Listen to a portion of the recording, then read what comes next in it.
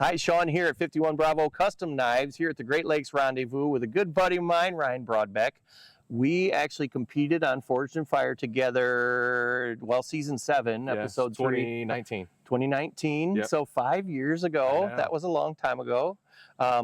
You're looking a lot older, by the way. I mean, I look just the same. You look great. I do. I'm getting some gray here. Yeah. I think it might be the kids. I guarantee it's the kids. That's why I say better gray than gone. That's what I always true. say. Yeah. So we hit it off on the show. By the way, spoiler alert, neither one of us won the show. Yeah. Every time I watch it, I try to see if something new happens. I always do. I get a text every week say, I'm watching you on TV. I say, let me know if I win this time, but I don't. Yeah, let me know how it turns out. And in fact, the guy that eliminated us is also going to be here, which we're going to talk to. I got a bone to pick with him. So it's been 5 years coming. We're going to have it out.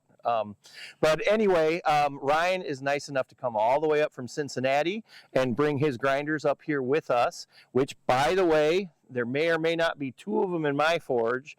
There may or may not be. How many are in the Forged in Fire's forge right now? They got 5 machines. 5 machines. Yeah, so starting season 10 on Forged in Fire, you're going to see the blue machines. Season 9 as well. Season 9 as well. Yeah. They're all Brodbeck grinders. So, you know, like I always say, when you're ready to get serious, you're going to get a Brodbeck. That's what the pros use. So just because you and I hang out all the time, I know that, you know, obviously you want to sell grinders, but once you sell a grinder, now you got to come up with other things to sell the customer, right? So you're always trying to come up with new things, and not only new things for customers, but improvements to your existing machinery. So I know the base is new, right? Yeah, brand new stand. I don't have the mister yet, so there's just some new things. I guess explain what we've got here. Yep. So we have the new stand, which holds all of our attachments. I dig this. That is one of the biggest things, and we also have the VFD mount right here in the front, which is awesome. It's a big safety thing. Actually, a lot of people mount their VFD up behind the machine, and they have to reach past a moving piece of machinery to turn it off, which is dangerous. So that's one of the reasons why we put this VFD right here in the front. Couple of new attachments. This one?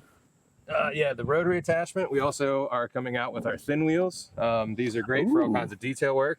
You can see that. I need that. Yep. I need all this stuff. We got to talk.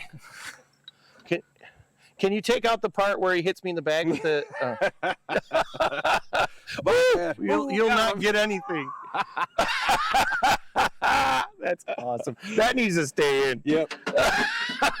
Move, Sean. Who's up? Okay. Disregard. Cut. Crying behind the camera. Yeah, right. So anyway, do you want the rotary platen over there too? Yep. Yeah, we can. Sean's gonna pull the rotary platen out, and not. That's our latest, one of our latest tools. It has a thick rubber belt that actually backs your abrasive belt, which gives you a lot more support. So you know when you're working on like a slack area or something like that, you don't get that edge rounding or biting in as much. Yeah, I need. It also eliminates that belt bump too.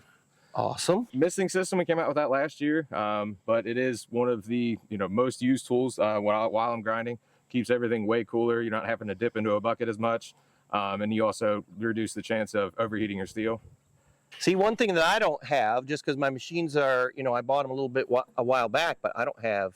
Oh yeah, any the of dual, this either, the dual axis tracking. Yeah. We have a coil spring conversion as well. Some people don't like the gas springs because they are a wear item. But so we made sure that we actually offer both now for people who still like the gas spring, as well as somebody who just wants to convert and not deal with it. Right. So honestly, as always, we support each other as best we can, whenever we can. So it's really not a big deal for us, but I consider myself real fortunate to be able to have a show like this and to have a good friend and a quality machine like this, because I mean, you got pros like Jay Nielsen, obviously. Yep. You got pros like Dave Baker. Yeah, so we have all the Forged in Fire judges. We have guys like Matt Stagmer from That Works, Chris Cash, who's not even a knife maker, absolutely loves the machine. Kurt Howlands, he's wonderful guy. Yep. Wayne Milligan, Salem Straub. I mean, the list goes on and on. John Nagel, he'll be here tomorrow. Yeah. He's a real great guy. I think he's got 1, maybe 2 of my machines. I don't know. I can't remember. He'll probably have 2 after tomorrow. Yeah. Yep. And oh yeah, and your brother's going to be a Brodbeck owner That's tomorrow. right. I don't know if he knows it yet, but Yeah. he is. Yeah. Yeah, That's, he told me. Yeah, that's how it worked for me. We were on the show, right? And Ryan's, he's 5 hours away, and he goes, I want to come over and see your forge. I'm like, I can send you pictures. And he said, no, I'll come over and see your forge. I'm like, you got a machine in the back of your car, don't you? He said, I do. And guess what? It didn't go home with him. No, no. But you know, all those names that you just heard, obviously they have their choice of any grinder that's out there. And once they give this machine a chance, they switch. So, and there's a reason for that. Mm-hmm. So We replace a lot of our competitors' machines. And, you know, it's not a knock on them by any means, but, you know, the people's choice, you know, kind of shows what it is. The biggest thing is, you know, it's a piece of knife making equipment designed and made by knife makers. That's, to me, that's the difference. Yep. And that's one of our biggest things is we try to build efficiency into the machine. I mean, everything is quick change. There's no wrenches, tools needed to do any of the changeover to any of the attachments. Well, Sean, thank you for having us out. This is a great event. You know what? And we look really good for having been through an entire day's worth of event. I'm not even sweating. I know. You know, not even a drop on me.